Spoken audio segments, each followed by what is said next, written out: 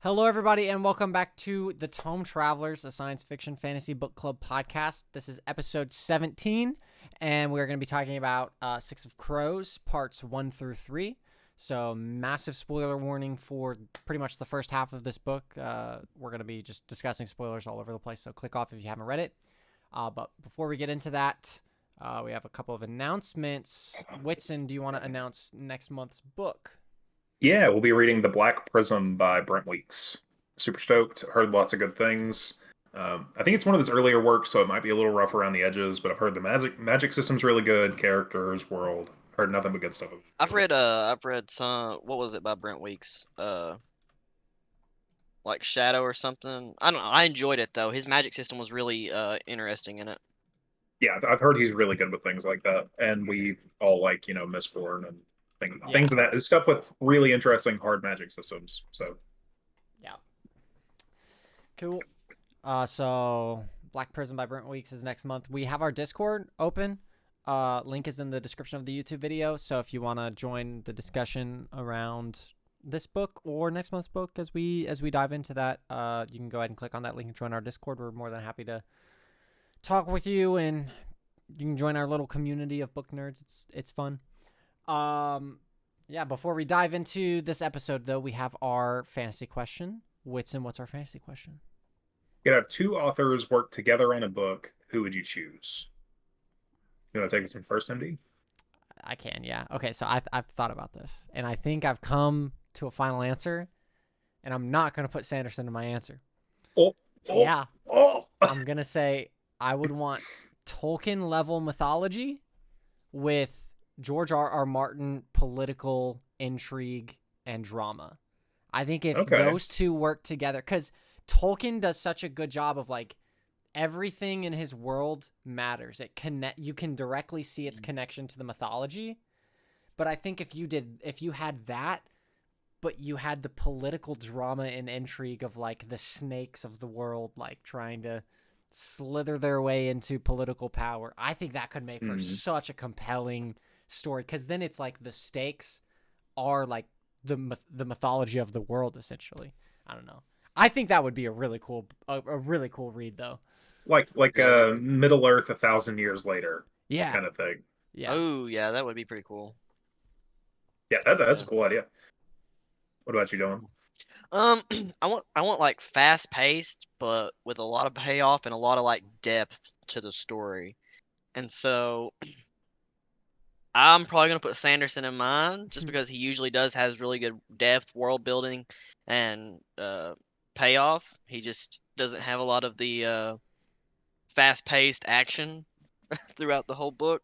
And then I was gonna say I think Jay Kristoff did a really good job in Empire of the Vampire and his Mhm. other series I read of being like very action forward and still keeping you interested throughout the whole thing. Like I felt like there wasn't really slow parts, and I didn't mind it at all.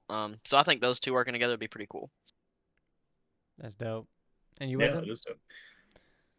Man, I'm still struggling. Gosh, I know. So Scott Lynch and Joe Abercrombie are probably my two favorite authors at the moment, and they write very differently. I don't know if they would make a great baby together. You know. Um, yeah, I think Abercrombie has to be in there just because I think his characters are like just the best. Um,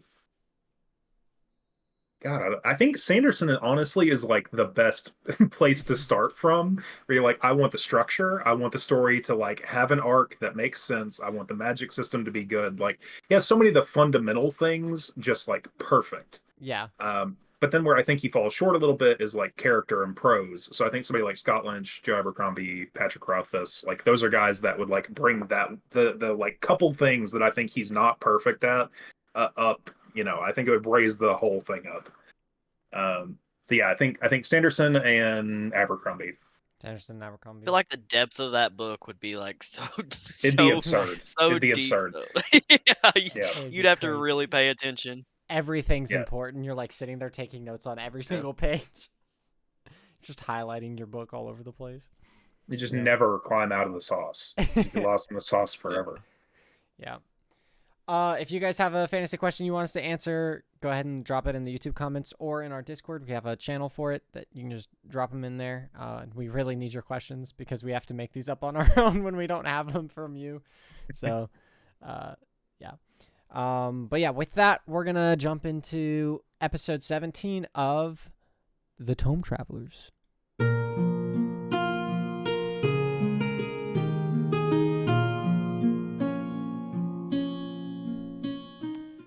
All right. Dylan, you want to take it away? Yeah. So we read the first 3 parts of the Six Crows.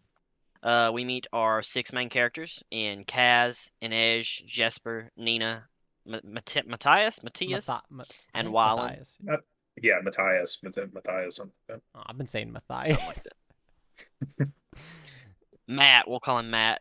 They're all very different. They all have very different motivations. And they're all pretty different people. We learn, but they're all getting together for this heist. We learn of, initiated by a Mercer Van Eck, and they're gonna go try to rescue Bylor, the creator of this drug that's enhancing all the Grisha, and he's in a prison that's never been failed. So Yeah. that's where we're at. Okay. Well, so I wrote the characters kind of in order on our run of show, kind of in order of like how much development they've got, uh, as just off the vibes, not like page count. I'm not like running Right. the percentages of how many words are in each chapter. But Yeah. do we want to start with Jesper and Well, Wylan? how about we start with Let's just. how about we start with like what do we think of like our main group of people, and let's say like who's our favorite and least favorite. Yeah. Okay. And I was gonna say what we think of the book so far too. We can go ahead and start with that, and Yeah. then break into the characters and the story. Yeah. So Dylan, you wanna take it first? Let's go with like who's your favorite, who's your least favorite, and then what do you think so I far? really like Kaz. Okay. I really like Kaz. I like his he's very intelligent. Which we all know I like really intelligent characters. um but he's stone cold, but I do see a small bit of like underlying reason why, and I hope that the story like tells about his past completely so we do understand why he is the way he is.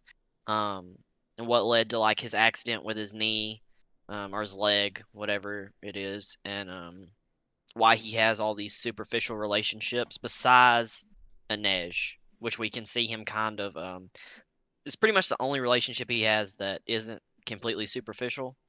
Um, but yeah, I want to see his motivations and what changed from. I know when he was talking to Van Eyck, he said he hadn't been caught in 3 years, but he was caught a bunch before that.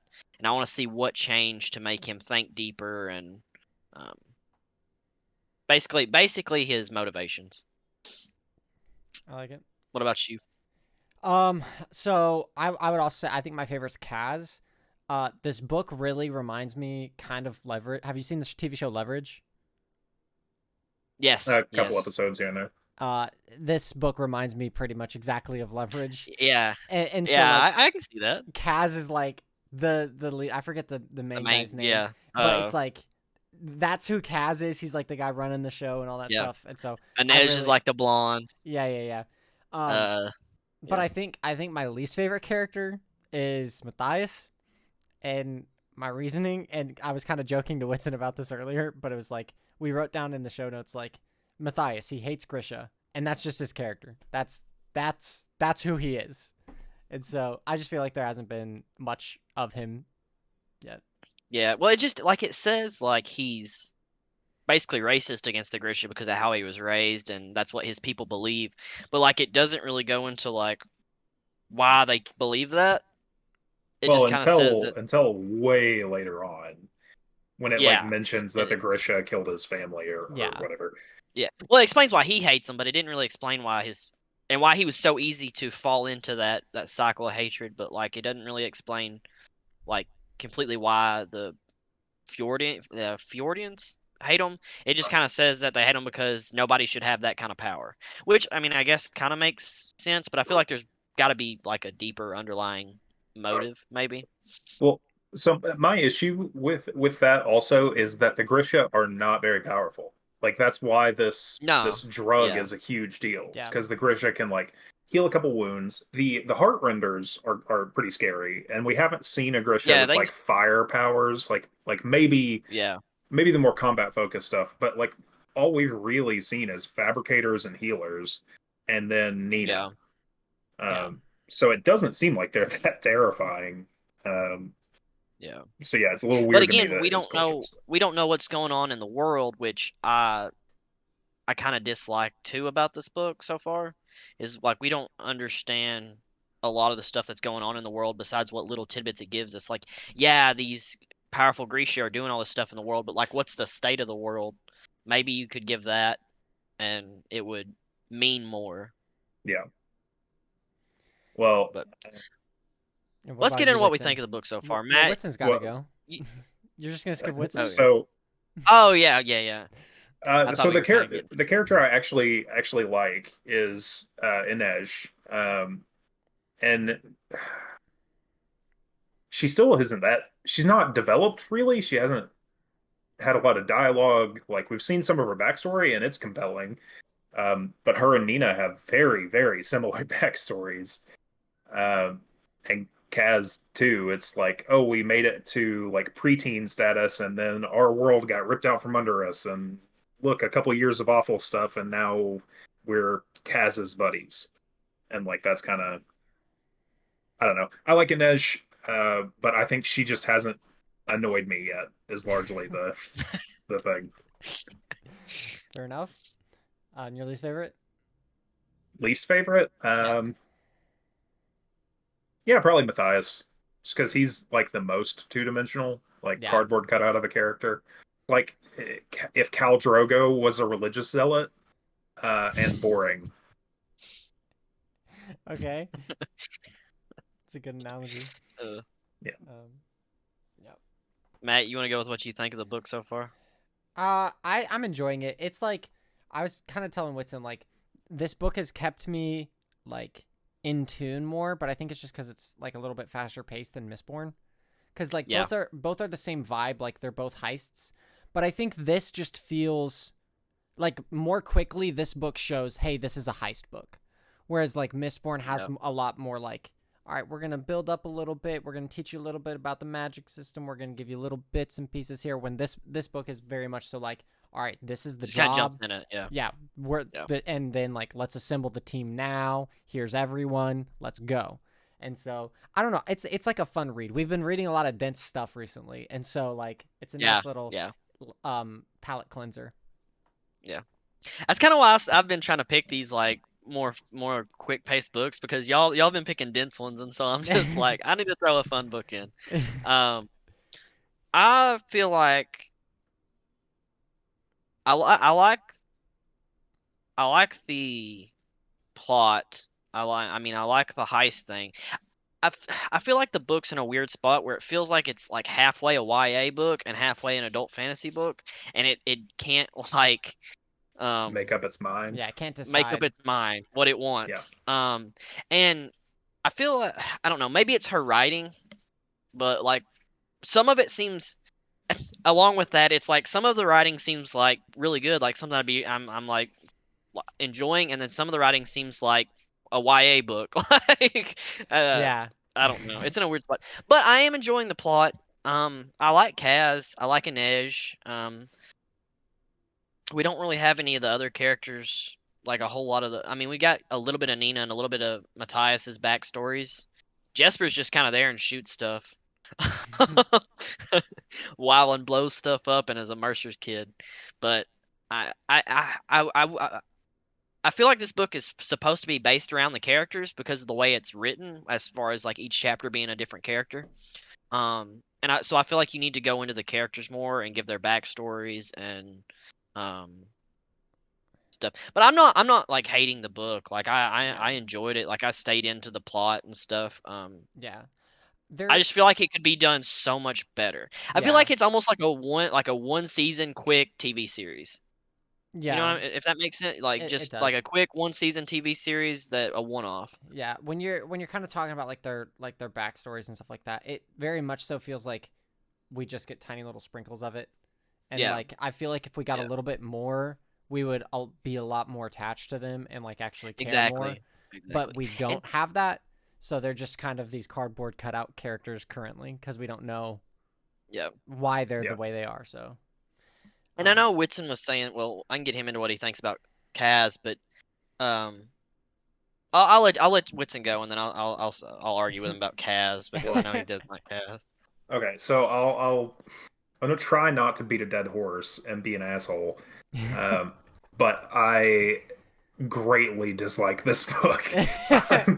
And in all fairness, I just finished like tearing my way through an epic fantasy book like 12 hours ago, or not 12 hours ago, like 24 hours ago, I guess.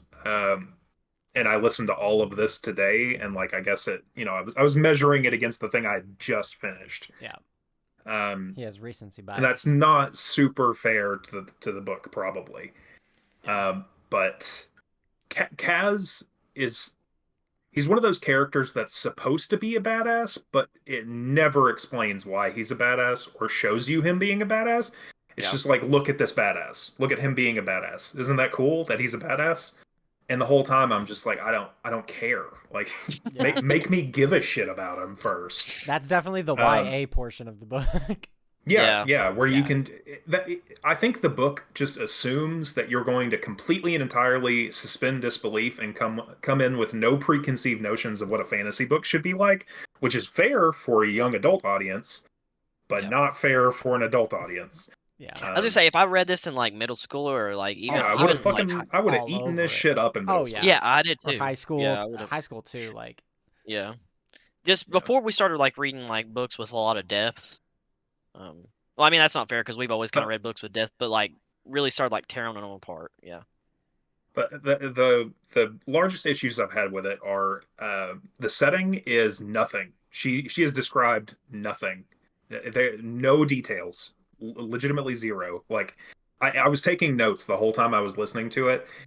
Didn't describe Ketterdam. Almost nothing about it. No, the structure of the city, what the architecture looked like. Who the big players were, besides Pekka Rollins and the Dregs and the one gang that they have the fight with, the Black Fingers or whatever. yeah. Yeah, Um, Blackfingers. yeah. So it's like I don't even know what she wants me to think about half this stuff. Like it's not even lazy writing, it's like not writing. Like there's just Yeah. things that aren't described in the text Yeah. that are just presumed. That's Like, that's the reader will just fill in the blank for me. yeah. That's an interesting point though that you made because I remember in our first episode we were like talking about like how excited we were for the setting because Mhm. like we're like this is kind of like this weird like we're kind of like not futuristic fantasy but like more further along than we've been like in previous reads. And so Mhm. I also was kind of excited to see some of that and I feel like we haven't really. Yeah. And I don't know if that's like a conscious choice or just like leaving it out so we can get through things faster or things like that. So Yeah. Yeah. I've been trying not to compare it to Lies of Locke just because that's that's one yeah, hell of a that's proposition. yeah, that spells disaster. that was a But straight 10 book from all of us. I feel like this book is almost supposed to be like a futuristic Kimor. You know what I mean? Or like not a futuristic, but farther in the future Kimor. Like I feel like that's probably what she was going for But it with, doesn't have the elder but it glass. doesn't. It doesn't Yeah, have the canals. It doesn't well, it doesn't have have his explanation. Well, I just mean like gritty wise. You know what I mean? right. No, I Like get that it's supposed to be gritty. gritty, but Yeah. I just haven't I like we haven't. My thing is when so in the heist, like the heist genre or like subgenre is so chocked full of tropes, and when it's done well, we still eat it up, right? Like there's a tried and true formula of like you assemble the team, you show how all the team is badass. The leader has to be a genius who is like very conveniently clairvoyant. It's the same in every heist book, and it's just a measure of like how well you how well can or you can't explain execute that. things and Yeah. yeah, how Yeah. well you can like drop red herrings and then also Yeah. like string Yeah, the reader but along, and then at the big reveal at the end. Yeah. Yeah. right. But at no point in this story have we seen anyone but Inej do anything. I mean, literally anything. Like Inej the Wraith is like she disappears, and the book literally just says, and then she disappeared, and then we see her 3 minutes later, and someone's dead, and then we move on. Kaz ripping the guy's eye out, I guess, was something. I mean, it wasn't impressive, and he he promised the guy 30 seconds before that he wasn't going to kill him, and then he does, which didn't make me love him. Uh, I mean, that's but who he is, even if and he was mad about Inej. So that's my yeah, deal. Okay, that's what I was gonna get into with Cass. It's like because I feel like it's trying to like give us like his like I feel like it's trying to make him deeper by like sprinkling in like, hey, he didn't actually send people after the dude's girlfriend, and like, hey, he saved Inej and he saved Nina, even though he was doing it to get back from or for Pekka. Like I feel like it's trying to sprinkle little bits of goodness for him, but I don't. I feel like we really need his. Like I feel like we need more of his backstory at this point. mhm, Like I feel like before the heist really gets going, I feel like we're already like heading towards the heist because we're on our way. I feel like you need like solid backstory for why he is the way he is, and then you can like kind of like do like as we see him grow, you can do more reflections, if that makes sense. yeah. Um, but I feel like it's trying to make him deeper. Um, it's just not doing a very good job of it. Yeah.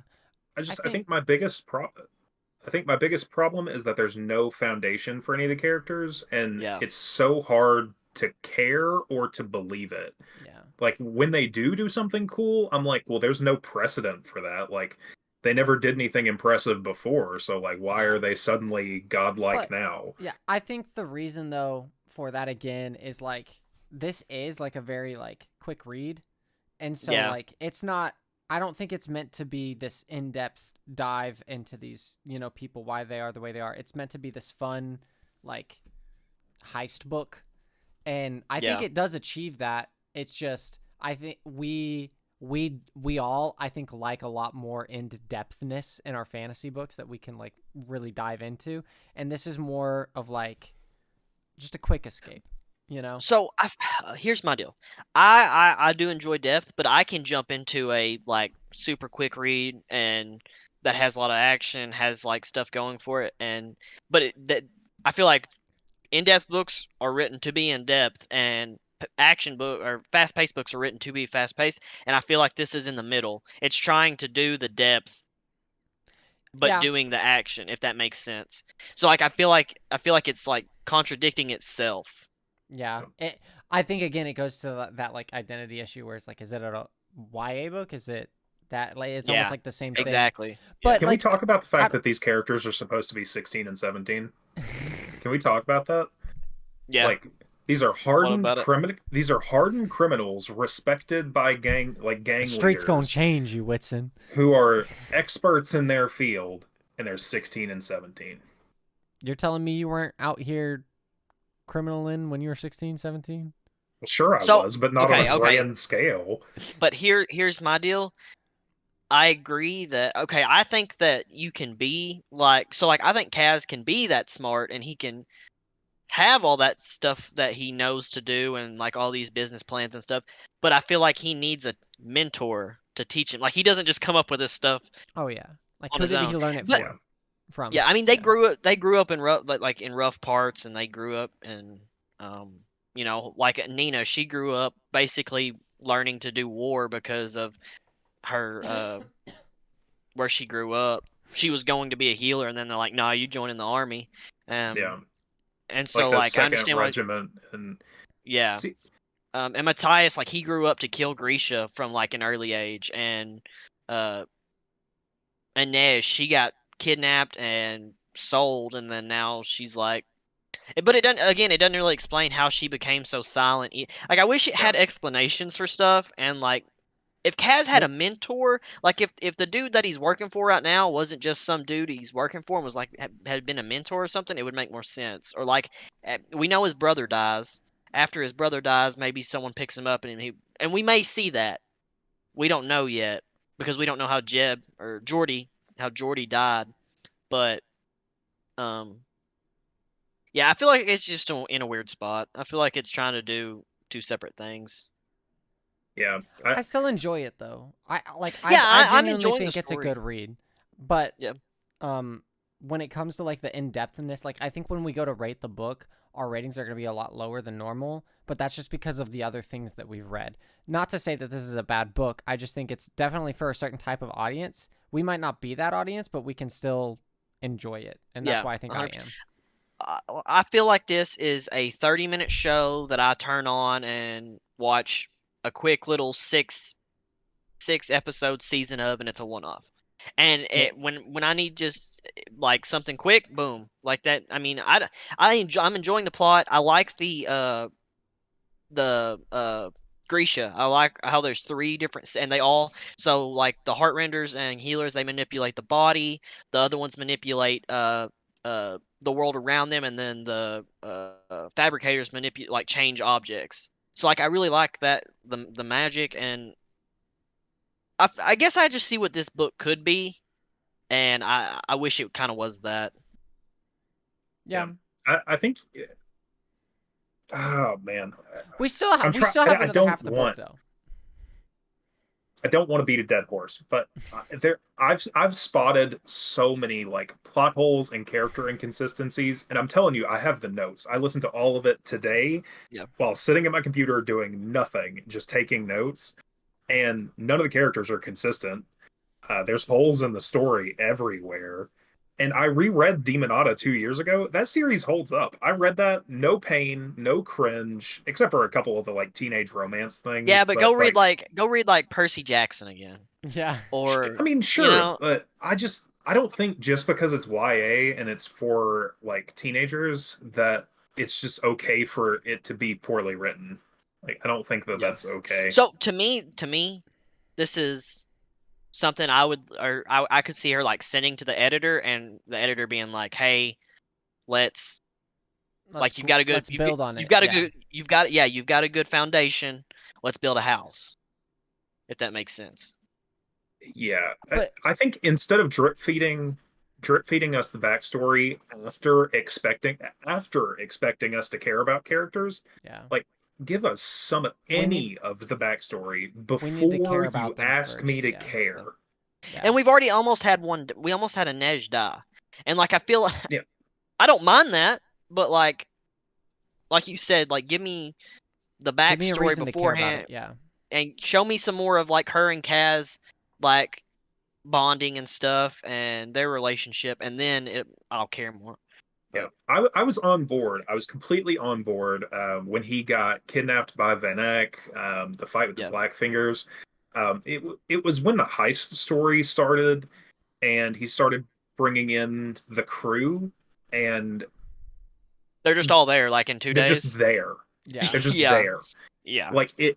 And Nina is doing the sculpting thing where she's changing people's appearances at the White Rose. Is that it? The So brothel. she's changing their emotions. She does the sculpting on the ship.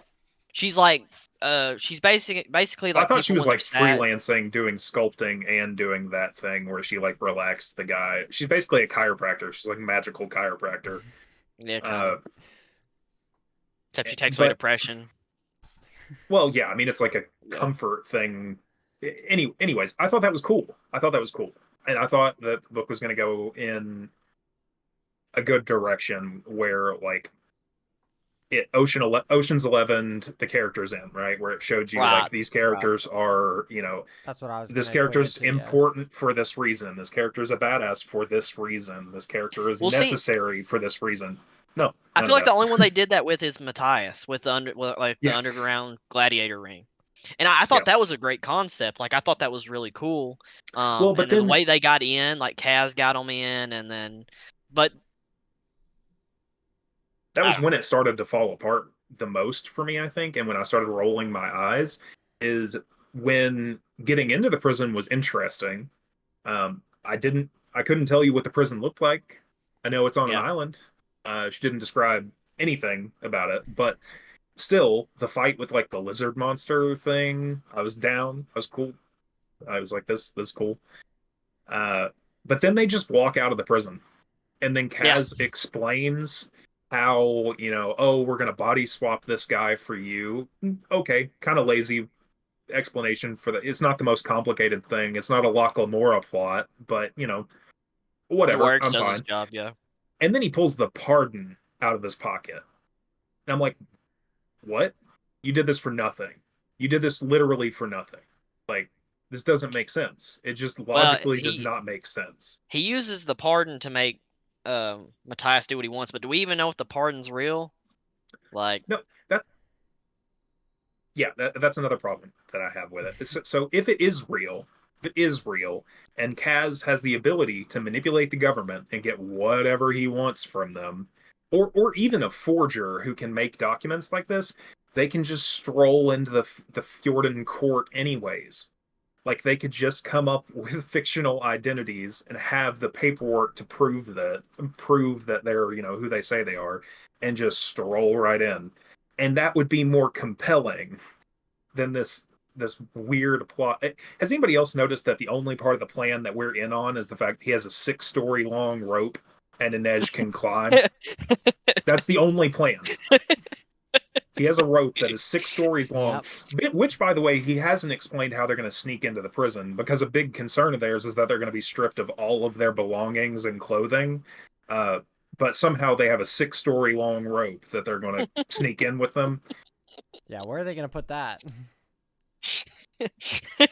so like I said, it's like a quick TV show, and like we're seeing the heist happen, and then at the end it's gonna explain what all happened. Well, my issue I have with that though is like a TV show keeps playing when I walk away from it, or keeps Yeah, playing when I'm not paying attention to it. You know, I've got to actually pay attention to this. That's And fair. every time a plot hole comes up or a character does something either A, inconsistent with the character that's been established, which is often, or B, stupid, which is equally as often, it frustrates the hell out of me. I had to pause it and write notes about everything that pissed me off, and I swear to God, it's like 60 pages of notes. There I might be love more in my notes thing than is in this book. I love listening to Whitson go on rants. I know. I do it I all the knew he time. would I'm when I was sorry, listening to but this too. I was like, Whitson's gonna hate this. well, the first thing I wrote was in like chapter 5 when I first started listening today, and I just wrote narrator telling me why I should care. Like not characters giving me a reason. And then the next thing I wrote was what does any of this look like? And yeah, it just goes on from there. I thought the setup for Kaz with Pekka Rollins was like pretty decent, but then she Yeah, didn't develop it for like 8 chapters. exactly. I want more development between. I want to know what happened to Jordy, why he's got this thing. Chip on Because his at one, shoulder, like yeah. why Well, he is the also way he is. when he's getting attacked or whatever, he's like, he's worried about Jordy coming for him, and he says it must be time to pay my debts. So I'm wondering, like, I do think like that was maybe like a little hint, like maybe he had something to do with Jordy's death, or maybe Pekka influenced. I don't know, but we don't even know what Pekka looks like. We don't know if he knows what Pekka looks like. We don't know anything about Pekka. We know about this guy that scammed them. I mean, maybe that's Pekka, but like we don't know that. Yeah, we don't know that. Which I'm fine with not knowing things, but like you've got to like I don't know. I feel like you need more. I don't know. Drop a hint. Give me a red Yeah, drop a herring. hint.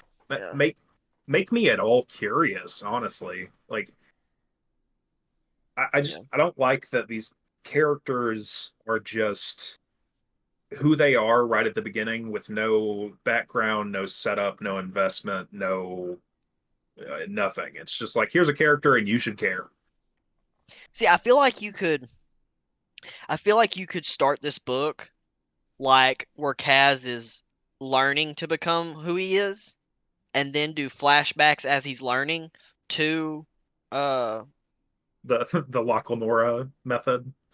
kind of, but like you can jump around. I mean, I don't know. You can jump around time. You can like jump to when he meets these. Like you can play episodes of his life and then show up to like when he's starting the heist, and then like you said, have a cool thing with uh each person. But like so like Nina's backstory with her being in the army, we could have learned that when he was Recruiting recruiting her. her. Yeah. Yeah. Yeah. Instead of 6 chapters later with the narrator just dumping all of it on you. And it's not Nina. It's not Nina having a flashback. It's just the narrator telling you. Yeah. And that's probably the most nitpicky thing, like nitpicky problem I have with it. But all of the backstory that we've got has not been flashbacks, memories, thoughts of the characters. It's just been the narrator explaining their background to you. And when you do characters by chapter, it needs to be their perspective.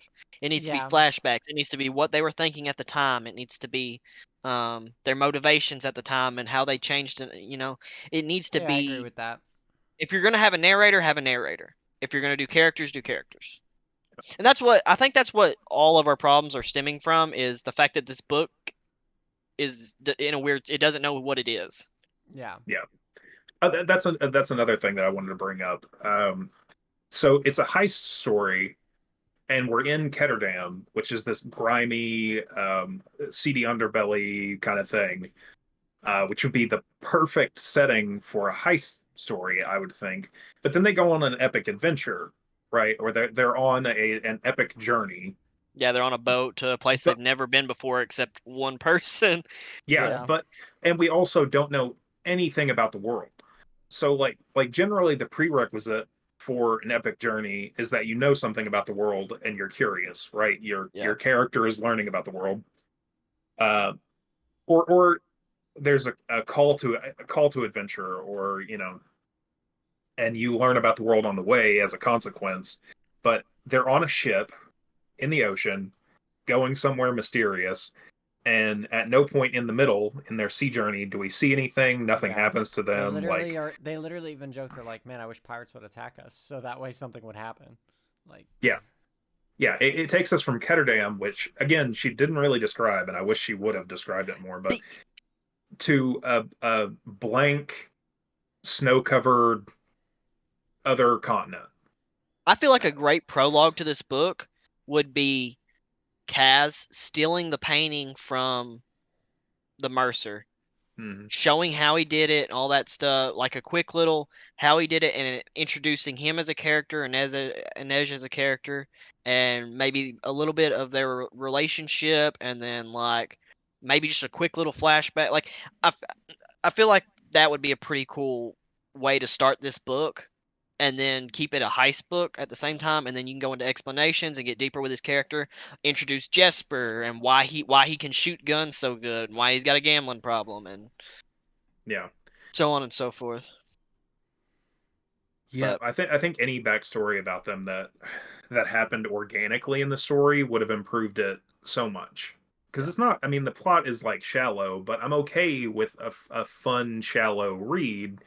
Um, just I just can't read a plot for the sake of plot with no yeah, characters, no setting, no world. Like, yeah, like Empire of the Vampire. That was a fun, yeah, yeah, that but was I I had so much fun with that book, and it was yeah, very fast and very casual, kind but of shallow, but like, you knew motivations, you knew like it explained his character, and yeah, yeah. And the world had features. It yeah, wasn't like it wasn't Tolkien, it wasn't Scott Lynch or whatever. It wasn't like this high watermark of world building, but it it's was what you expect from a distinct. fast-paced book like that, though.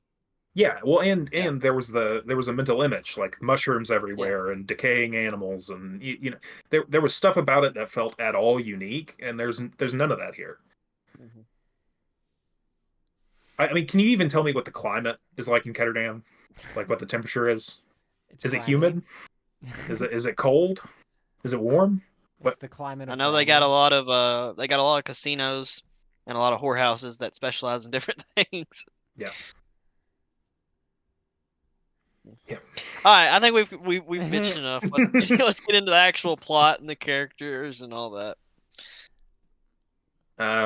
Okay, so Jesper, he's the gunslinging gambling addict. Uh, That's all we know. he's actually I thought he was going to be one of my favorites, just because he's like loose cannon. He and his little bit of backstory, where he talks about how his dad froze up, but he knew that he had like found his calling. Yeah, Um, I was really excited for him to get developed. Hasn't happened yet, yeah. but I see the only bit of foreshadowing that I've caught it has been that I think Jesper's going to turn because of his gambling debts. You think so? Because he's been hinting like, it's bad this time. I'm really in debt this time. I need this Yeah. cash really. So he's pretty interesting to me. Where y'all at on Jesper? Do you have any other Um, theories or? I think he's my deal with him though. That my only thing against that, and which I could be wrong, Pekka could be buying him. Is that I feel like he's like it keeps dropping hints that he's like really loyal to Kaz for some reason, and it seems like because like he almost gets jealous of Inej, Hmm. like um yeah, I feel like there's a little jealousy there towards Inej, and it's all because of like Kaz, and he'll be like, well, why does he treat her like that and not me? Like, does he even care about me? Almost. I think he said that at one point, and it's just like so. I feel like there's like some kind of underlying, maybe like loyalty there. Um, but I like his character. Like he just starts guns blazing, and then he goes and gambles, and like I like his character. But he's not like he seems almost laid back too. Mm. Yeah. So I was looking for a little more comedy from him too, though. Like yeah, that would have been I good. didn't really understand why Nina is the comedic relief when Jesper's sitting right there as like the loose cannon. I feel Yeah, like it would make more sense and make him a little more compelling and a little more developed if he was the comedic relief. Um, but Yeah. I generally like Jesper. yeah, I do too. Yeah, I liked him. I think Dylan, you really hit the nail on the head there when you said like there's like a jealousy or something because like I picked up on that, but I didn't like internally verbalize it. Like, you know what I mean? Like you saying it made that click in my mind like, "Oh yeah, that's what that is." Like, and then why is that? And so um I think you really hit that when you said like he's like jealous and there's like a really sincere loyalty for or to Kaz for some reason. I wish we would just know why. Yeah, Um, yeah. which I Know mean, anything about their right. relationship? I mean, but the thing is too is it's like we still got another half of the book to go, and so Right. Yeah, we do. And there's a second book too. It's a right, duology. yeah. Um, So, but that doesn't put aside the fact that it's just like okay, but how are we supposed to yeah. care this far into Yeah. the book? You're So supposed to you're supposed to have a little bit I like want to I want to be able to care. I just don't know yeah. why I'm supposed to care. I should know why I'm supposed to care by this point. I think that's our Yeah. main complaint. But yeah, I like Jasper though. Yeah. It Yeah. doesn't yeah, Flesh him out more, I don't please. yeah. Yeah. Yeah. I'll quit complaining cuz yeah. We're going, yeah, because we could say Next that character. over and over again. Yeah, Yeah, so then we yeah. can go on to Wylan, which I feel like, what have we seen of Wylan? Well, okay, Flashbangs. we yeah, we saw him do flashbangs. So he's one of the other characters who's actually done anything Yep. besides Matthias and Nina and Inej, doing a couple things here and there. But yeah, he threw the flashbang thing. He didn't have it on him, so apparently he crafted that like in that moment out of shit in his pocket. I'm telling you, it's a But D&D campaign, and the DM is just Yeah. being generous and is being like, Yeah. sure, you got very, that So on you. very generous. here's my deal with Wylan. I feel like he's gonna be the one that turns because Could he's be. the only character that we don't have perspective Yeah, on. we don't have He perspective has on not Yeah. him. had a chapter, and I was just like looking at all the chapters on the audiobook, and he never gets a chapter. So we don't know his perspectives. We don't know what he's thinking. Um, Spoiler alert. Well, well, I so mean, a little bit, did you but guys notice oh, sorry, go ahead. well, I was just saying, like, so I feel like he's probably like I feel like he's got the most potential to be the traitor because we just don't get any perspective on him at all. That's fair. Yeah. So he was one of the places where I thought that there was like a plot hole, like a big plot hole, because before the crew is gathered and they depart, basically the argument is he's not good at this stuff. Like, why did you bring him? What the hell? and Wylan is like fighting to be involved and to like justify that like, oh, I'm a street thug just like you guys. And then 3 pages later, he's like, I'm not a criminal, I'm not a thug, like, why did you make me come? And I'm like, did she forget what character she wrote 3 pages ago?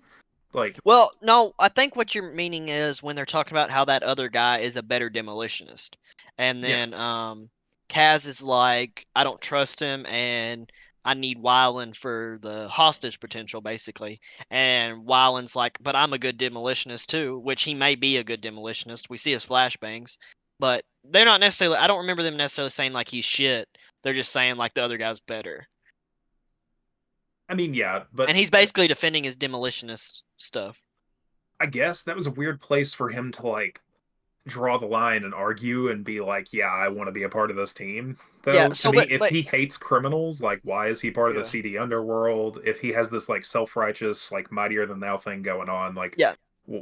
why is he a demolitionist for the dregs? Yeah. So I agree with that, but um I feel like so we know he left his father's house or whatever for some disagreement that we don't know anything of yet. Um and he's basically been working as a demolitionist for the Dregs. How did the rich boy become a demolitionist? Like, how does he know anything about explosives? We know he joined the Dregs or whatever because Kaz specifically like found him out from a Nej. But what's he been doing for the Dregs as a demolitionist that hasn't been criminal? That he, you know Yeah, what? That he, yeah, for him to feel this way, like I'm not a criminal, but like, yeah. Uh, Also, that brings me back to the scene at the dock, though. Um, Not to keep complaining in circles, but that scene in particular, I was like, what is happening here? Um, it was weird to me that like Kaz just has a second boat waiting. Um, and not that like in all heist books, the leader is clairvoyant. At like the yeah, worst of times, he's still, smarter than anyone ever could be and saw the future a year ago. Like that's just how heist books are. I'm okay with that. That's a trope I can totally get behind and not be bothered by. But there was no setup. There was no like Inej going to talk to dock workers or right. Kaz like making a statement even about it. It was just like, and here's a plot device. Here's my deal. I'm okay with him having a second boat.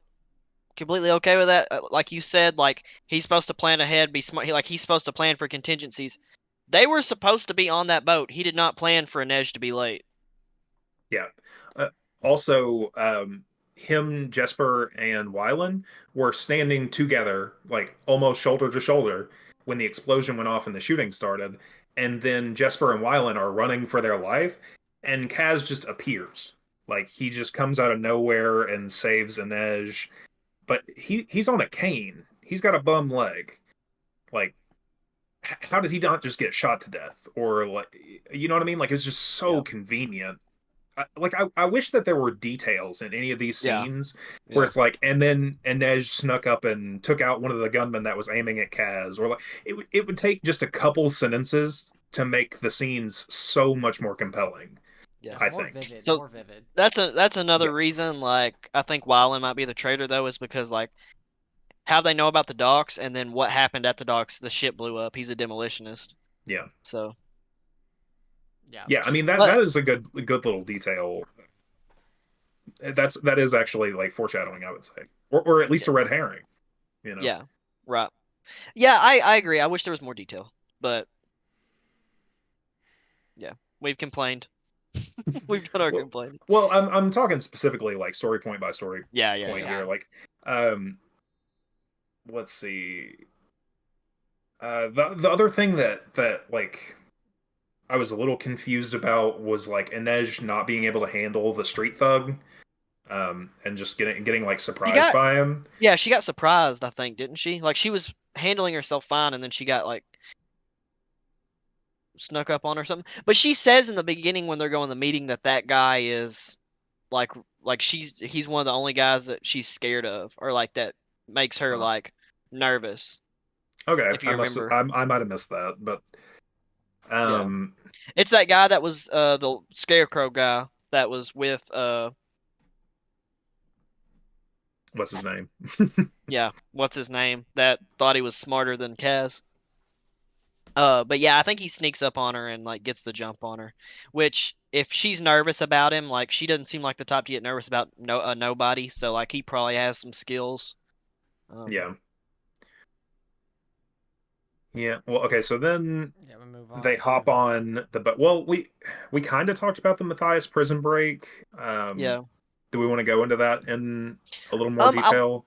That's like a I said, bit I like like a the big story beat before the doc. yeah, I really like the concept of like him fighting in uh the pits for basic amenities. Um, I think it's really convenient that he hasn't died yet. Yeah. um, but I mean, maybe that goes to show how good of a warrior he is. He might be like a really badass warrior. We just haven't really seen a whole lot of it. Besides him killing the wolves, which was badass. But Yeah. like, I'm I'm assuming he's not the healthiest right now. He's been in prison for a year, and it didn't sound like a good place. Like I feel like there's I don't know, Well, and he I didn't do have think any that weapons. she I do think that she kind of established that the warriors were like maintained, like kept in fighting shape, and that was why they fought. So they got enough food and Yeah, like a enough private food. cell and things like Yeah, that. I think those were the amenities that they were fighting for. Just literally enough food to like keep muscle on and like be fit. yeah. I Um, thought the scene with him fighting the wolves was one of the better scenes. Like I was pretty drawn into that. yeah. The I fight like was all the described pretty masks. well. Yeah, Yeah, I yeah, the like the masks were cool. mask describing that, describing how all these like people of influence were going to watch the fights and stuff, and then Mhm. um I think it's funny that Nina didn't know about it when she's obviously obsessed with the prison and she lives in the like the underground. But okay, I can get away I can get around that because maybe it's just like a rich person thing. Um, But see, my thing is she works in a whorehouse, so like she should be connected. She should hear rumors. She should know what's going on in the underbelly, like as, as well as does. I would think like well, I would just think like she would. I would just assume that she says she's been wanting to help him. Like I'm assuming she would be asking questions. Like she can control people's emotions, so if influential people come in, she can keep them like calm and like willing to talk. You know? yeah, Yeah, I would I would think so. yeah, Um, that's also that was like the first inklings of me being like, well, hold on, that's yeah. because Well, Nina, you would think like it's a common trope for like the informants to be prostitutes in fantasy yeah, books. Like the most well-connected, well-informed people in fantasy worlds typically are prostitutes or servants. Like, but Yeah. yeah, so her being in the dark on that is a little weird. I wish she would have explored the stuff with Matthias, how wolves are sacred to them, and how that like yeah. really messed with him to have Well, to kill those wolves. I feel like it could have explained their relationship a little bit before they went and broke him out of prison. Like Yeah, why she wanted the, and then when we, like if and then if it could have explained like like she put him in prison or whatever, and then they get there and he tries to kill her. Obviously, I feel like that scene would have went a lot better. Like because we're invested in getting him out because we know yeah. about their relationship. Um, I even honestly thought Matthias's dreams that he was having that like from his perspective before he got rescued, where he's thinking about like um, how Sometimes he kisses half her and of his sometimes he kills her. Yeah, yeah, exactly. I thought that was pretty interesting and pretty well described. I wish it would have kept going after that though, yeah, because I feel like that chapter where he killed the wolves, where he's having the dreams about Nina, that stuff was all pretty visceral and like engaging, and it hasn't had nearly that same level of like I yeah. don't know, just Well, I description, kind I of guess.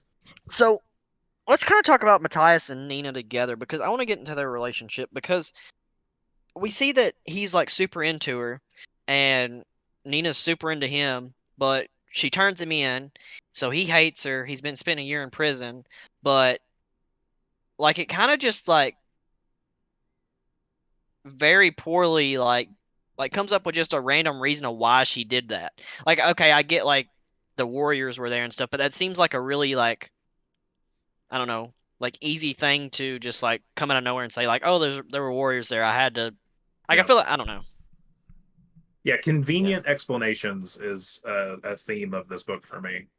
Yeah, Like, like it's harder. It's just genuinely hard to suspend disbelief with some of it. yeah. But basically, they're enamored with each other, and they spent like how long did they spend together or whatever? It was Three only like weeks. yeah, it was 3 weeks. Yeah. Which I mean, I don't know. I feel like that's not long enough for people to go from hate to just absolute adoration. Yeah. I mean, they did depend on each other in the wilderness. I thought that part made sense. What I don't think makes sense is that Matthias, like, he had like the growth through the 3 weeks of realizing Right. that he didn't have any reason to hate her based on her being a Grisha. And then Um, he loses all of it. and then he just loses all of that because of the year in prison and her betraying him. And I just feel like if you're trying to tell me that this character isn't capable of self-reflection and is just an idiot, like, okay, I guess I can get behind that, but like that's not very compelling. So I Um, get it kind of. I get it kind of because like he gave this one Grisha his trust, and then she broke it. but So that's like I so get why. petty and like shallow because Yeah, but I mean, if you went your entire life hating somebody, and then you like let them in for a second, and then 3 weeks later they stab you in the back, I it mean, just confirms your beliefs. You know what I mean? I guess, but it's not like she used her, inhuman demonic power on him. She just outsmarted him. And if he spent a year alone in a cell thinking about this, like that, I think that's what is messing with me. He had a year Well, I just alone to think about yeah. this, and the best he could come up with is Grisha bad. Hmm. He couldn't So think to himself, well, maybe she felt threatened, like maybe she thought I was still going to kill her or turn her in. He couldn't give her any grace or credence. That's I don't I don't my I don't get that. my my biggest deal is like she saved his life. Like he was dead Yeah. if she wasn't there. And then they spend all that time together and she's trying to like make it work and then they become like really close. They say like and then she stabs me in the back or says something about me being a slave trade. Like I feel like while I'm sitting in prison I'm going to be like I feel like and maybe he's just not smart enough, but like I would like to assume that he is, but it's like there had to have been a reason for that. Otherwise, why go through the trouble of saving me? Why go through the trouble of Yeah, why not just surviving let with me me? drown if that was, you know. Yeah, and then just to turn me over as a slaver. But Yeah, and their backstory is really like pretty compelling. One of the more like compelling parts of the book, I right, think. right. But in the present day, where he's just saying horrible, awful shit to her, and then the next line of the book is like, "Oh my God, I want to kiss him so bad." Basically, Yeah, and it he it does the is same thing. Like the next line of his horrible. book is, or the next line of his chapter is the same thing. You're like, yeah, Yeah, Yeah. and They're I teenagers, Whitson. yeah. That's true. Hey, but that's they're true. also hardened That's criminals. true. You can't tell me that these people had a horrifying hard existence, but they're still this socially and emotionally awkward. Like either they understand people and the way the world works, or they don't. Uh, like, Well, here's my deal too. So like, I'm assuming since she can change emotions, she can sense emotions. So like, I'm assuming she should be able to sense how he's actually feeling, right? Like that would make sense to me. you would think. You I don't would know. think.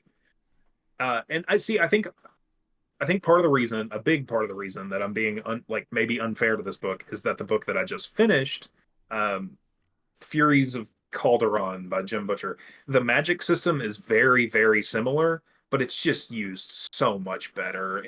Yeah, Because fleshed out.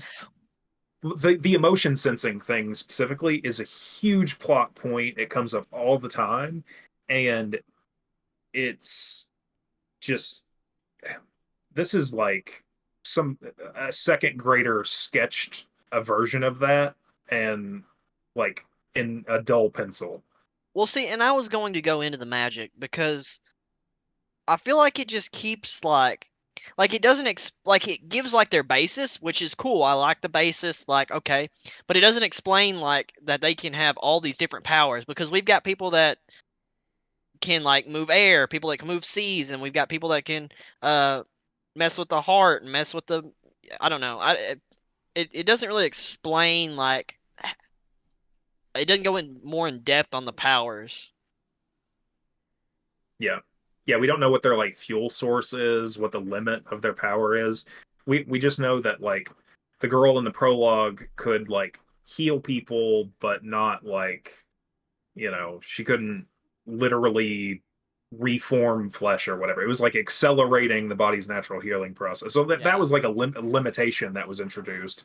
And then they gave her the drug and she exceeded that limitation. And it was like, oh, okay, it was easy to understand that was like paradigm shattering and like it gave us some perspective on how powerful the magic users were. But Yeah, then it's like the rule Since book then, yeah. is all over the just place. abstract and all over the We got people place. flying. We got people walking through walls. Yeah. Yeah. Which I mean, I could see them giving like the people that can change the world around them the thing, and like to do with the wind. He should be able to fly because he can like control the wind around him, to a higher extent. But I don't know. Just explain, I guess. And I'm kind of hoping like the by lore guy goes into the explanation on it because I think there's more to it than just him knowing how to create it. I'm wondering if it's got something to do with like his blood or something. Like he's the only one that can create it. You know what I mean? Because That'd be all these other interesting. places have. Yeah, yeah, I agree, and it makes sense because all these other places obviously have some sort of stock of it because these people keep showing up with these extra powers. Um, Well, I was a little salty that the first time that we saw somebody with the extra powers after when Venek kidnapped Kaz was just in this last chapter, with the what was he the with the uh, dude that's flying, yeah, but they called him something particular. I he's can't from the remember the name of Second it, but one Army or one whatever. of one of the wind mages basically, Yeah. and then the what are the fabricator, and they've both been given the drug. Yeah, I wanted more. Like, I think it would have been better if they had been attacked at sea. Maybe not by Pekka Rollins, but by somebody else who's on this mission, and like made it a little more clear that they had competition and that there are stakes. Speaking of Um, Pekka Rollins, now that well, finish your thought because I just had something pop in my head of that I was really like wanting to complain about, but I just remembered it. But well, no, I think part of what's keeping this from being like a fun romp that I'm not taking seriously is the fact that it's so much interpersonal relationships and dialogue, uh, and not like action and just quick, fast, snappy fun. You know, yeah, like there are times in La Clamora where there's no real deep dialogue. You're not exploring the characters. It's just like this happened and then this happened and then this happened and then this happened. And those sections of the book are some of my favorite. Or Empire of the Vampire or whatever. Like there can be stuff that's not like super deep, but is still yeah. like plenty of fun. But Um, you need some flushing out. Like you can't yeah, well, I think you just need to pick a lane, and this book is like all permanently over the in place. between. Yeah, Yeah, it's between adult and YA because it's dark and gritty and violent, but not too violent and not Yeah. too dark and not too gritty. Um, and it's also YA, but it's not like Chosen One or like it's not walking like a super well established path. I mean, it's a heist book, so it is, but yeah, it's just worse than the sum of all its parts yeah. in a So way. I wanted to uh something about Pekka Rollins that I just remember that I had a problem with at the time was so he goes after him on the dock. So that's assuming that he is getting paid to go do the same thing and he figures out about it somehow. There's a traitor, I'm assuming, blah blah blah. I'm perfectly okay with that. But Kaz talks about how he spent basically the last 3 years trying to ruin this guy's business. And you can't tell me this Pekka guy doesn't know that he's doing that. You know what I mean? And hasn't come for him before, hasn't done anything against him in 3 years. And that's also assuming that he doesn't remember who he is from killing his brother. Let's say he Mhm. does remember that, or if he did kill his brother, I don't know, but he did something to his. There's beef there, so I'm assuming that they know each other. They've met before. They know each other. I figure that's like a good assumption until it tells us something different. But like, you can't tell me like he doesn't, like he's got all this power and he hasn't made a move against him. Yeah. And an issue that I had with that, with Pekka Rollins getting involved there, is I thought it was really convenient. Like, if we're leaving Ketterdam, And that do you that's need to also drag? assuming Like, that's also assuming that Pekka actually did it. yeah, I think he did because dude was getting tortured, but yeah. for the purpose of the argument. Also, ripping someone's eye out is torture. Like, you just go into shock. You would just vomit, go into shock, bleed to death. You wouldn't get any. But I digress. Anyways, I've been stabbed in the eye. You're not very coherent afterwards. It's I mean, not. I'll just say, for the sake of the story, like torture's torture, like Yeah, like yeah, whatever. yeah, whatever. I just rolled my eyes because I have been stabbed in the eye, and you're not talking to anybody after that. You're going to be a slobbering, crying mess. Anyways, no, But the Pekka Rollins thing. Oh damn, what was I going to say?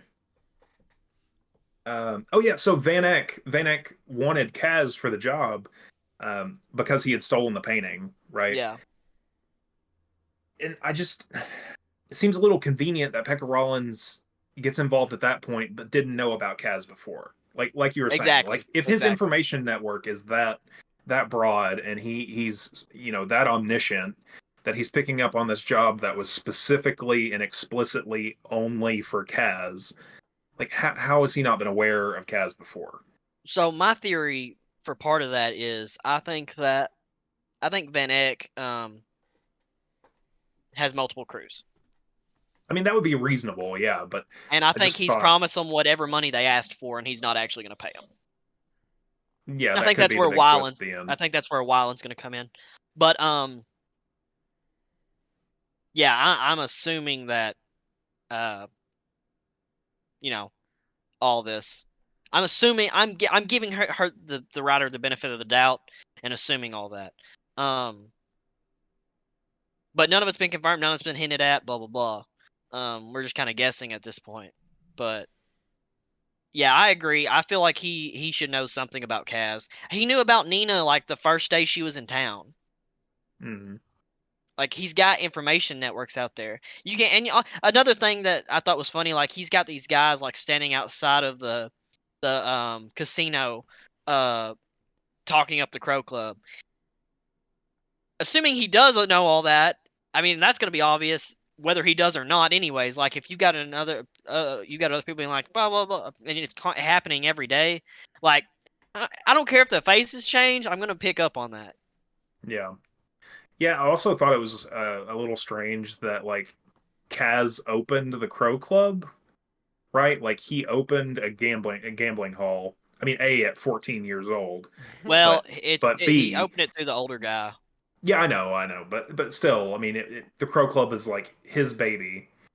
Yeah. But he was allowed to get away with just opening a gambling hall in the seedy underbelly run by gangs.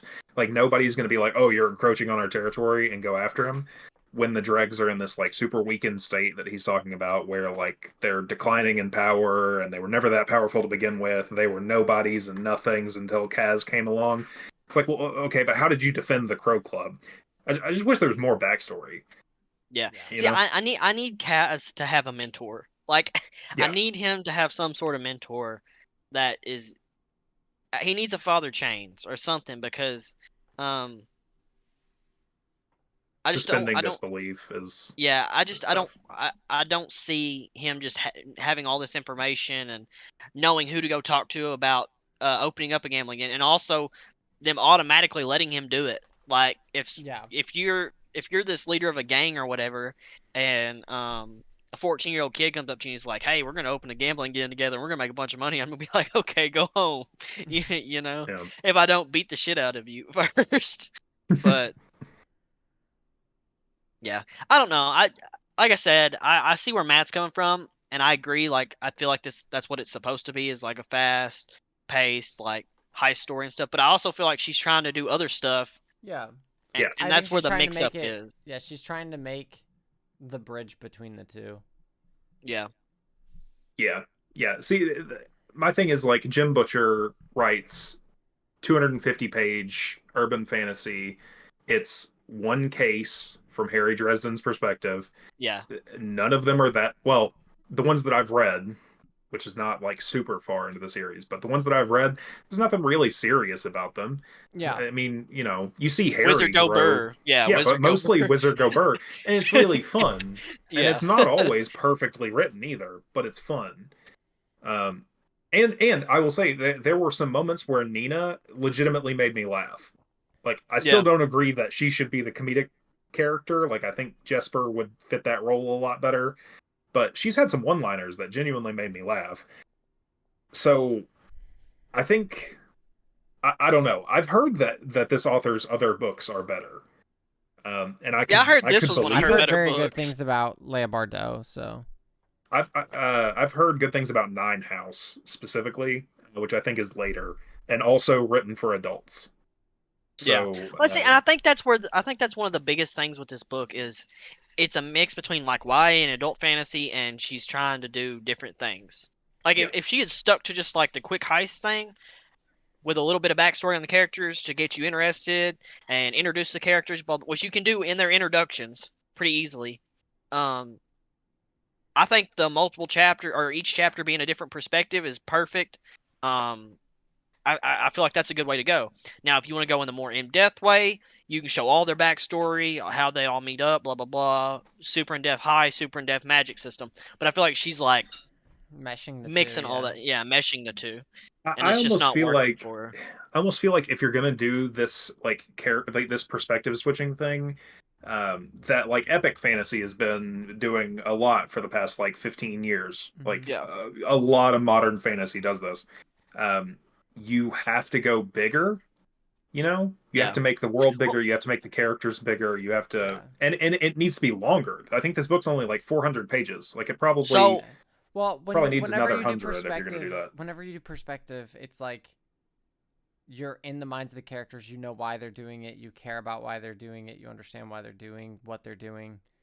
And like you don't have that perspective when you're reading their perspective, if that makes sense. so I Yeah. wish y'all had watched that Netflix show I was talking about, Kaleidoscope, because I feel like it does that, like the the quick heist story pretty well.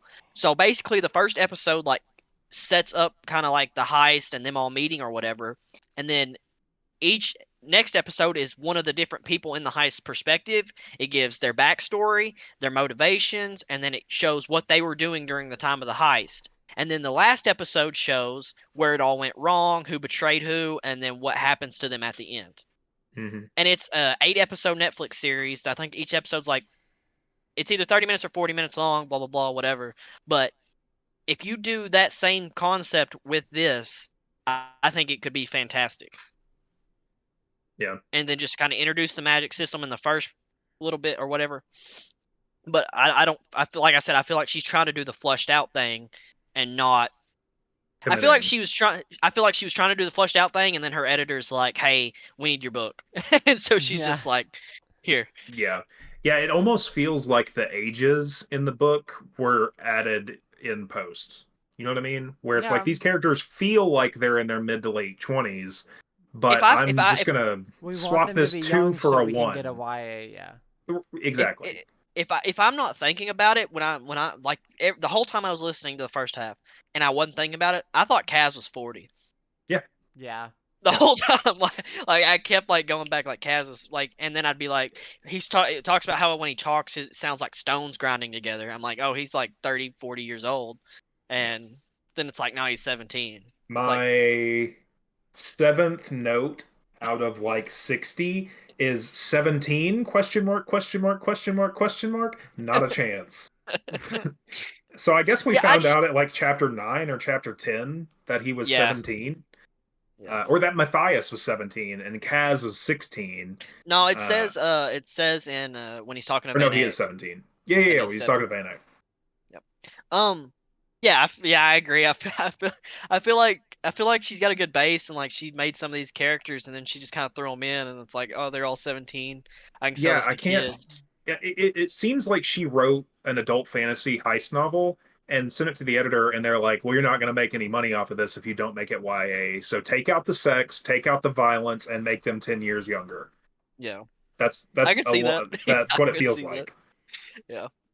Um, Yeah. Do we want to talk about Inej and Kaz real quick? We've kind of talked about Kaz a bunch, but we can talk about Inej. I like her backstory. Um, I feel like we've gotten the most from her. Weirdly, she has like the least dialogue, um, but also her backstory is just simple and easy to understand, and not it Yeah. doesn't contradict itself. Her character's like fairly consistent, Yeah. which is why I think she's my favorite character so She's far. Kaz's conscience, is my deal. Yeah, She's yeah, like, yeah. yeah. And she obviously has a thing for him, which makes sense. He saved her, and Which then she's like his conscience. in somewhere in here, it was after the scene where they find the three dead bodies of the Grisha that are all burned out. Um, and Matthias and Nina have their like little scene. I wrote somewhere in here, it was like the "I can fix him" in the book is just off the charts. like, Yeah. Yeah. like I don't know if this is like a self-insert thing where like I don't know. I don't know what's going on here, man. I don't know. Like these guys are pieces of shit, and these women are head over heels for them. And you would think if you like took a piece of tape and put it over the author's name, you would assume 100% of the time that this was written by a dude. I mean, and an incel at that. You'd be Well, like, "Oh, this is some no, guy no, who no, no, thinks no, women are obsessed no, with no, him." no, no, no, no, no, no. You've never read like A uh, romance uh novel, well those, but they're uh oh there's a word for them.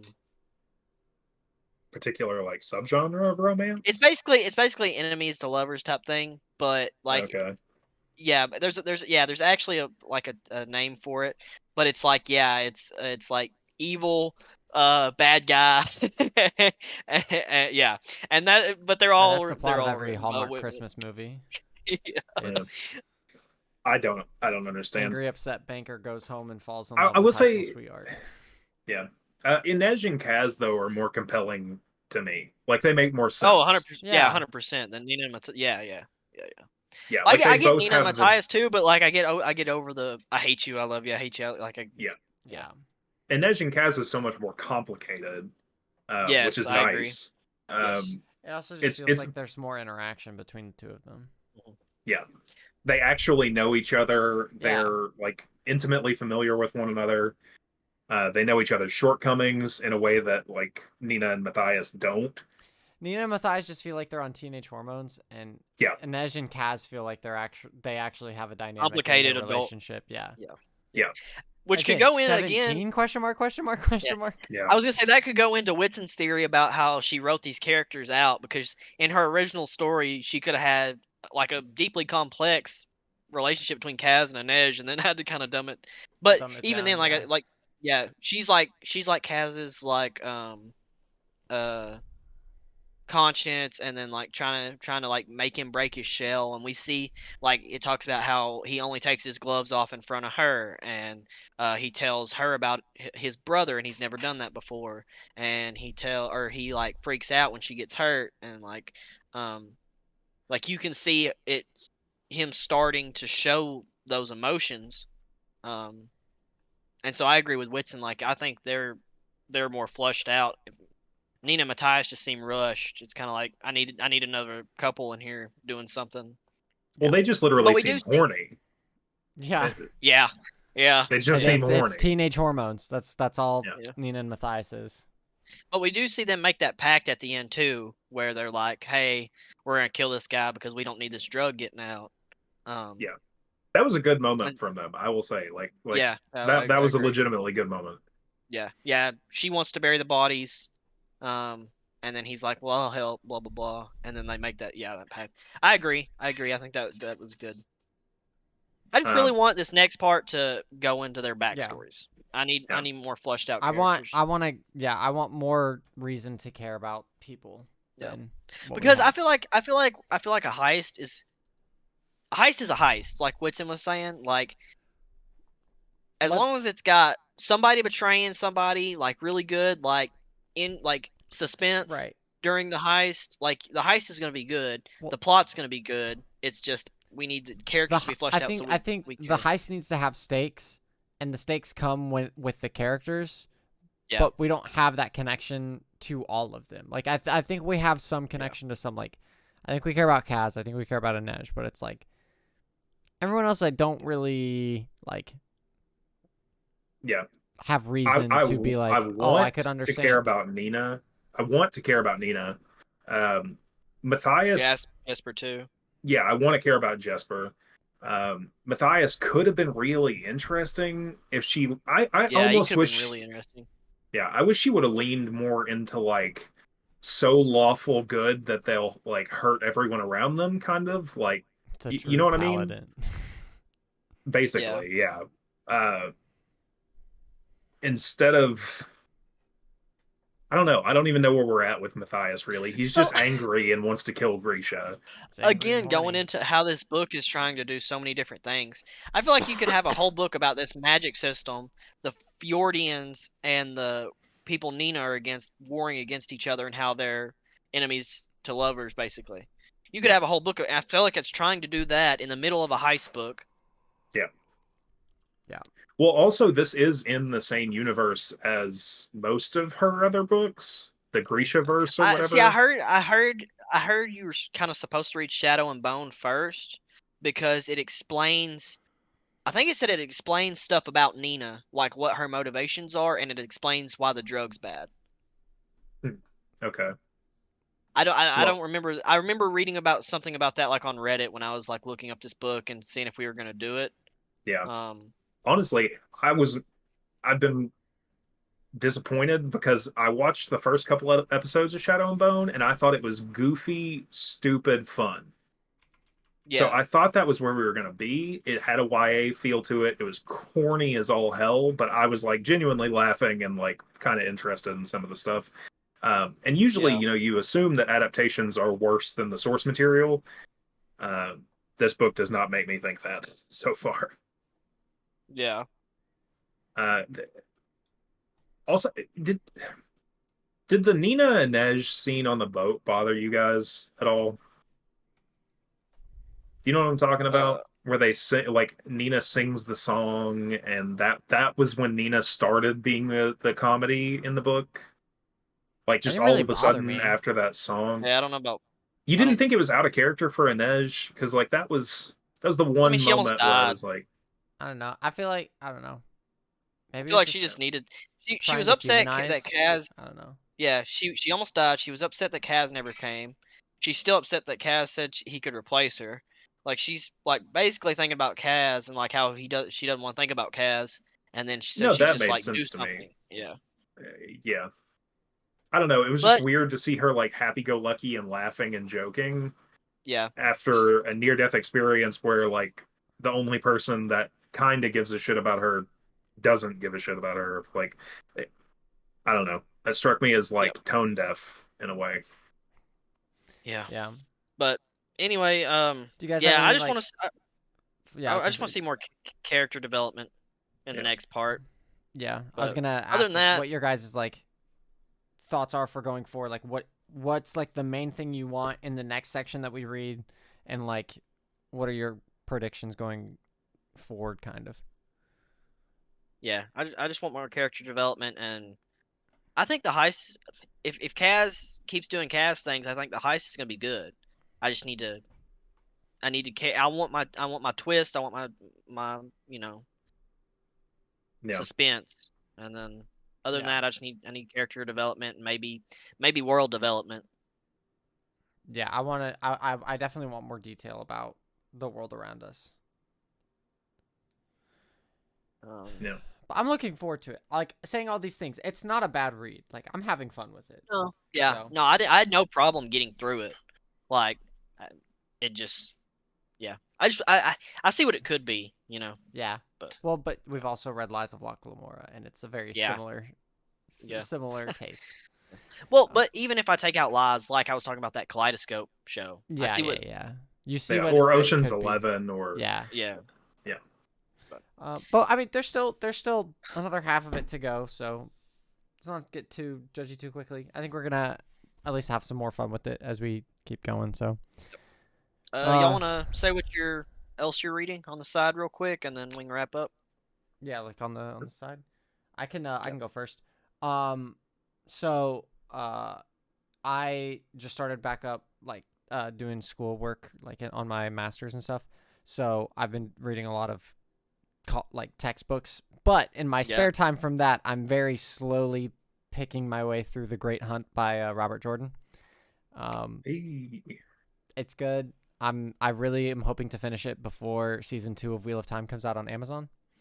Which Whitson, have you still haven't seen it, have you? Hmm. Okay, I want to watch the first episode with you, and I want to watch you When's it watch come the out? first episode.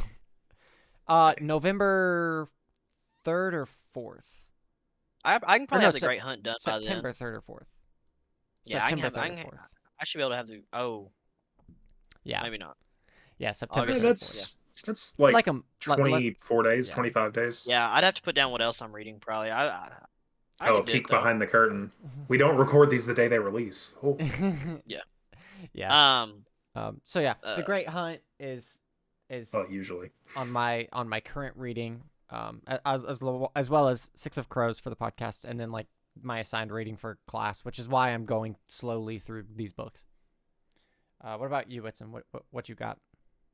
Still slowly making my way through Dragon Reborn, but I wanted to take a break from it.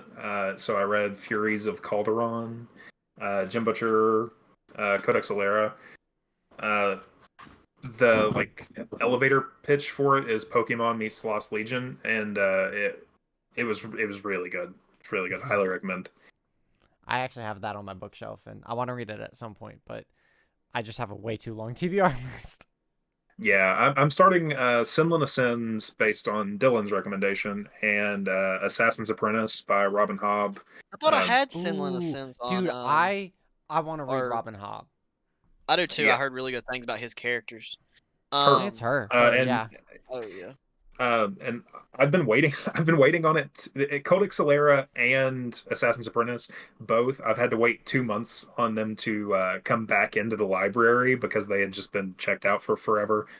Uh, so yeah, I was super stoked to get into these. Yeah, I've been waiting for a I thought I while to put read them. Sinlin Ascends on one of the ones we were gonna do for the pod. Mm-mm. Nope, I check before I go to the library. Maybe not. I just finished the Covenant Steel series. The third book was The Traitor. Highly recommend. I really want you both to read it because I think Whitson, you're gonna like the main character and how because he's the one narrating the book. I think you're gonna like the Mm. way he narrates it. Um, and then Matt, I think you'll like it because it's got a lot of like religious context, and also it's like kind of gives me um not really faster paced Sanderson vibes, but I don't know. It was really good. I think you'll both like it. And then I am almost all the way through Malice, which is the Also on first my book in bookshelf. the Yeah. yeah the Faithful of the Yep. Fallen. Um, I I'm just enjoying it. go ahead. I'm enjoying it. I really like the plot, and I just feel like sometimes I feel like some of the characters I can completely like because like I listen to these audiobooks at work, and so sometimes like I'm doing something and like I miss something, and I feel like some of the chapters it's like I can do that with no problem. And then some of them it's like, oh, like the ones about Corbin, like I'm super into Corbin's story and like I want Hmm. more Corbin, and then it'll switch to somebody like I have like no, I still like really don't have a clue like where they fit in the world, and so Yeah, that's but how I felt I'm about a enjoying it. lot of that book too. I loved Corbin's stuff, especially the stuff with the wolves and like Oh yeah, the Norse mythology being tied into it all. But then yeah, the unique takes on it and where those are. yeah, But yeah, it does feel It was his first book, and Yeah. apparently his newest series is like grade A top tier epic fantasy. So Yeah. I think it's supposed to just get better and better as you go along. I also feel like it would make more sense for, which I don't know how the books go, so I could be completely wrong but right now I think well, I don't want to say that, but I feel like it would make more sense for it to be, right now it's switching in between like mainly Corbin and the first prince, or the main prince's sword guy, or his Yeah, first sword, his lieutenant. yeah, his first I sword. I feel like it would make more sense to be between Corbin and the prince. But again, I don't know how the book goes, and so maybe something changes. But I'm still enjoying it. I'm enjoying the plot. Like Man, you said, I really like the other stuff, you guys are like making the me really North jealous side. because it's like y'all are over here like peek behind the curtain, everyone. Like we have our group text or whatever, and so like occasionally like they'll be like, "Yo, this book is so good. This book is so good," and I'm sitting here flipping through this giant textbook of things I really don't want to read, and I'm just like, I want to go read about dragons. Me and Whitson also get to like listen to audiobooks at work and stuff, so we Yeah. can like go through Well, books a that's lot the thing quicker. too. Is hopefully, not this week, but next week, I start back up with my nighttime shift. And my nighttime shift, I get to read 6 hours a day, and so Yeah. I'm really excited for that. Yeah, I imagine.